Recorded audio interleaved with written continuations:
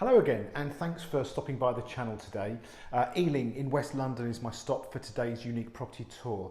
Now, if you're familiar with this area or you live here, you may have noticed the place I'm standing in on your travels. It's a detached period house and something of a local landmark for good reason. Is it unique? Yes, it's very distinctive. It's a lovely home, not just on the outside, but on the inside is where things get really interesting. The couple behind this house come from a design and architectural background, so combining their skill sets has created something really quite extraordinary. It's minimal and chic, but not cold. So, what can I tell you about Ealing? Well, this area of West London is hugely popular. The surrounding tree-lined streets are full of big imposing houses, and there's a real family-friendly feel to the place. We're close to some excellent schools. The shopping down at Ealing Broadway is superb, and there's a huge number of restaurants and bars and coffee shops all to choose from, and they're all about 15 minutes walk away. This also includes the Tube, which is a fabulous choice of routes in and out of London now. You've got the Central Line and District Line, and you've also got the new Elizabeth Line here, which gets you to Farringdon in around 25 minutes, and a bit further on to Shoreditch, and also takes you to Heathrow directly. It's excellent. We're also walking distance from Pitshanger Park. Now, if you don't know, it's well worth a visit. It's a proper little urban village with loads of history, some great places to hang out and socialise. So, welcome to St Jude's Cottage. Let's go for a wander. Here we go then, starting outside. It's a detached house, St Jude's. Very distinctive, as I've mentioned in the intro. It's a period building built around mid-1800s, and this nice door from the street slips you into the courtyard.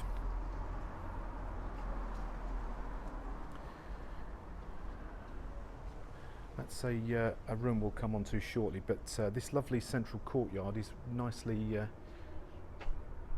it separates the house and this separate room here. And you've got this lovely Roman slip tiles, real sun trap when the sun's out, but it's nicely hidden away. Very private here. And you see the back of the house.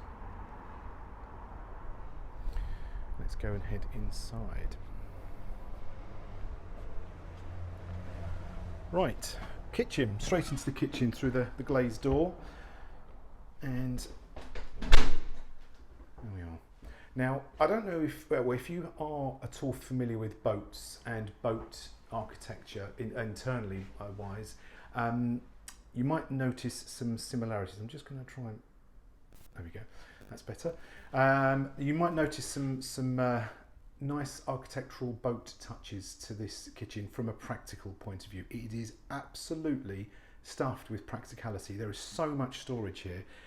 Everything is really nicely tucked away, but very easily to access, and has got, well, everything you need really. It's almost a sort of borderline professional kitchen. So let's just pick out a few bits. So we've got a microwave here hidden in the end of the kitchen counter. Got this dishwasher built in here,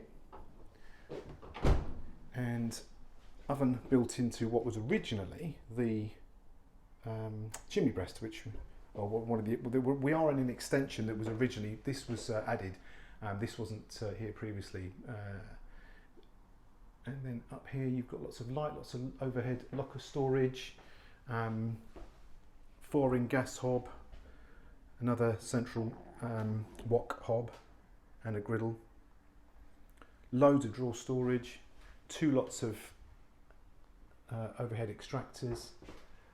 Hugely light, really light. Got these roof lights up in the void up here, and just to the right you have a little cloakroom, guest cloakroom, tiled walls and a roof light above.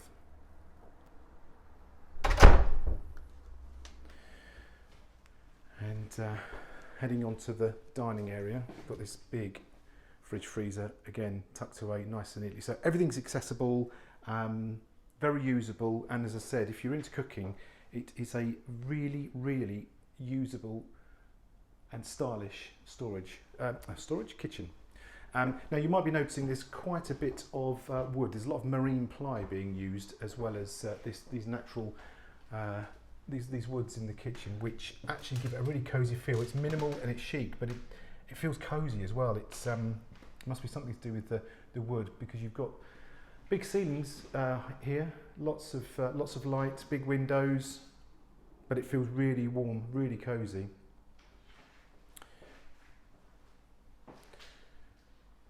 And then over here, that was what would have been the original side window, which now serves as a little hatch from the kitchen. And again, as much with the rest of the house, lots of storage, some very deep cupboards here, all spring loaded, but lots of storage here. And then you've got these cupboards overhead, again, very deep. So that's the dining room, and then we head through more storage into the living room. And I really like this these shelves. I mean, I've seen this place with books stuffed with it, and it just is a really nice, comfortable place. It's quiet. I think there's something about this wood that really sort of deadens the sound, and it just yeah, you just feel like you could just sit here and just while away the hours. You've got this original painted chimney breast here, and then more storage built in, and then a sash window overlooking the courtyard, into the courtyard there. Okay, so we head upstairs. And short few steps up, and let's turn left. Let's go into the living room here. The bedroom. Here, this is the main bedroom.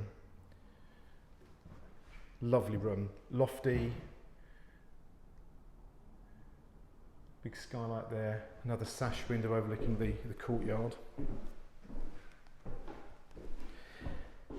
And painted fireplace, the original fireplace and surrounded chimney breast that's been painted. Another window there. Again, really light, feels really spacious. And over in this corner here, we've got a little walk-in wardrobe, walk-in dressing area, mirror storage, drawer storage there, and a skylight above. There's windows everywhere in this house. It really is a beautifully light house. And then upstairs, this was a design feature that one of the couple was very keen to implement, and it does work. So you've got this spiral staircase here that runs up to, try and do this with a camera, with a bed deck. It's a really decent size area. That's queen size for from a bed point of view. And you've got the lights in the wall there. And the thought behind it was that if you have that bed, you've got your bed up there, you've got all this floor space to play with, and not taking up too much room with the bed. Right, let's head across the landing and bathroom. More marine ply, very hard wearing, very practical. Works well in the bathroom actually. Another skylight. And we've got the shower overhead there. Basin and the loo.